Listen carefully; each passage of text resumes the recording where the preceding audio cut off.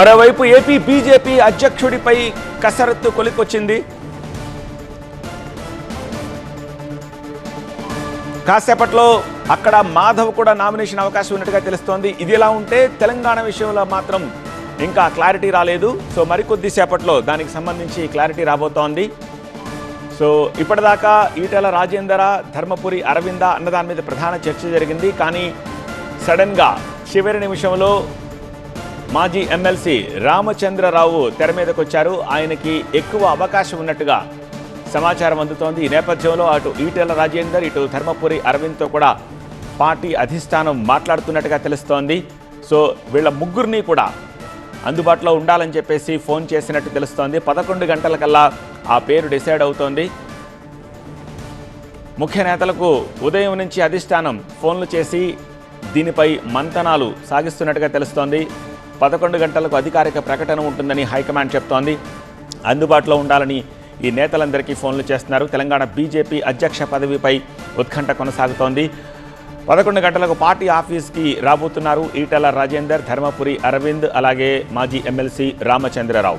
Party incharge, ఎన్నికల incharge తోటి ఈ నేతలు సమావేశమవుతారు. ఆ తర్వాత ఒకరి పేరు అధికారికంగా ప్రకటిస్తారు.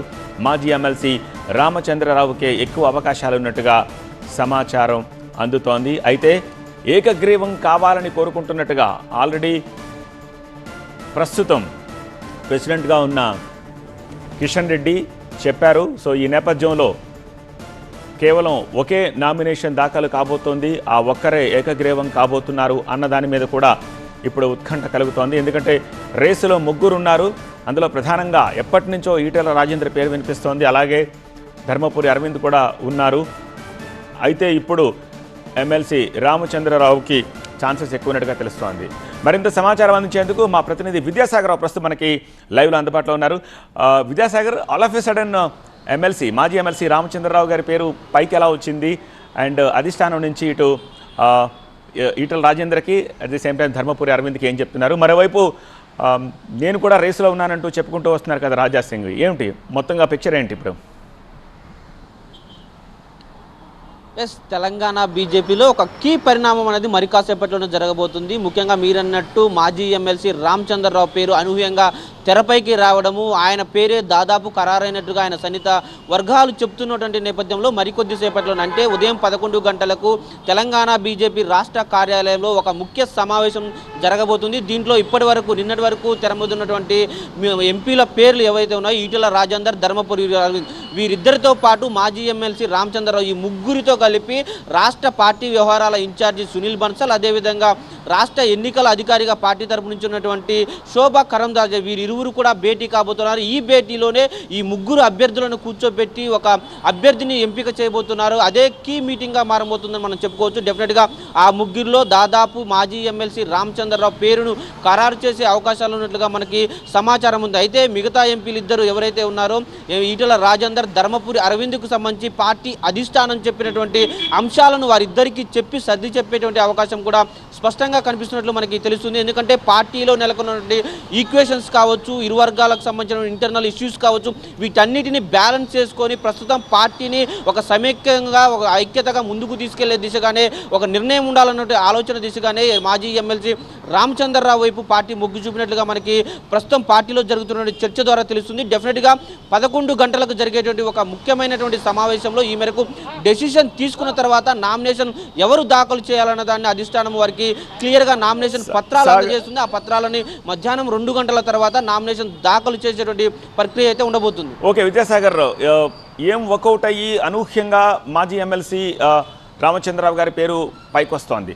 సామాజిక సమీకరణాలు వర్కౌట్ అయిందా, లేకపోతే సీనియారిటీ బేస్ చేసుకున్నారు? ఎందుకంటే ఇటు ధర్మపురి అరవింద్, అటు ఈటెల రాజేందర్ ఇద్దరికంటే కూడా నిజానికి సీనియర్ ఆయన. సో ఏ ఈక్వేషన్ తోటి మాజీ ఎమ్మెల్సీ రామచంద్రరావుకి ఛాన్సెస్ ఎక్కువ ఉన్నాయని చెప్పేసి అని అంటున్నారు?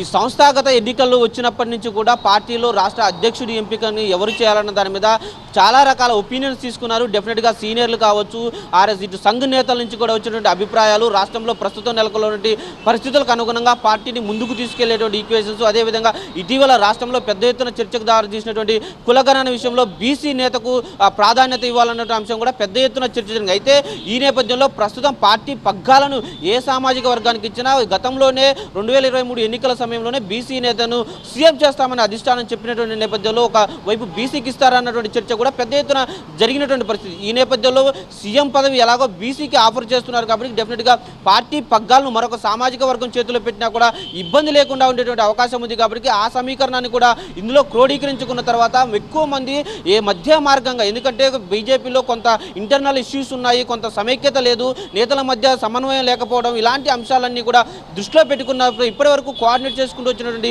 బీజేపీ రాష్ట్ర అధ్యక్షుడు కిషన్ రెడ్డి తర్వాత మళ్ళీ అంతే సమైక్యంగా పార్టీ నేతలందరినీ కూడా ఒక వేది మీదకి తీసుకురావాలంటే అందరినీ కలుపుకుపోయేటువంటి ఒక వ్యక్తి కావచ్చు, పార్టీలో మొదటి నుంచి ఉంటున్నటువంటి వ్యక్తి కావచ్చు, అదేవిధంగా పార్టీలో చాలా సీనియర్గా ఉండడము, పార్టీ కార్యక్రమాలన్నింటినీ ఎప్పటికప్పుడు కోఆర్డినేట్ చేస్తూ ఆర్గనైజ్ చేస్తున్నటువంటి వ్యక్తికి పగ్గాలప్ప చెప్తే బాగుంటుందన్నటువంటి ఒపీనియన్నే ఎక్కువ మంది నేతలు వెలిబుచ్చారు. అదే ఒపీనియన్ని కూడా ఇటు అధిష్టానం కూడా పరిగణలోకి తీసుకున్నట్లుగా తెలుస్తుంది. దాంతోపాటు పెద్దల అండదండలు ఎక్కువ మంది సీనియర్ నేతలు కూడా రామచంద్రరావు అయితే మధ్య మార్గంగా ఎలాంటి ఇబ్బందులు ఉన్నటువంటి పేరును కూడా ఆయన సూచించినట్లుగా మనకు తెలుస్తుంది. ఈ నేపథ్యంలోనే రామచంద్రరావు పేరు అనూహ్యంగా పరిగణలోకి రావడం, తెర మీదకి వచ్చినట్టుగా మనకి సమాచారం ఉంది. మరి కాసేపట్లోనే ఈ యొక్క చర్చకు ఫుల్ స్టాప్ పడేటువంటి అవకాశం అయితే కనిపిస్తుంది. డెఫినెట్గా ఒక్కరితోటే నామినేషన్ వేయించేటువంటి అవకాశం కూడా మనకి స్పష్టంగా తెలుస్తుంది. ఆల్ రైట్ విద్యాసాగర్, అది పరిస్థితి. సో ఇద్దరు మైటీ లీడర్స్, ఇటు ఈటెల రాజేందర్, అటు ధర్మపురి అరవింద్, ఇద్దరిలో ఎవరికి ఇచ్చినా వేరొకరితోటి సమస్య వస్తుంది కాబట్టి మధ్య మార్గంగా అలానే కొన్ని సమీకరణాలను దృష్టిలో పెట్టుకుని మాజీ ఎమ్మెల్సీ రామచంద్రరావు వైపే అధిష్టానం మొగ్గు చూపినట్టుగా తద్వారా ఎవరికి ఎటువంటి ఇబ్బంది లేకుండా సమతూకం పాటించేలాగా చేయొచ్చు అన్న ఆలోచనతోటి అధిష్టానం రామచంద్రరావు పేరును అనూహ్యంగా తెర మీదకి తీసుకొచ్చినట్టుగా తెలుస్తోంది. మరికొద్ది సేపట్లో ఈ పేరును అధిష్టానం అధికారికంగా ప్రకటించబోతోంది.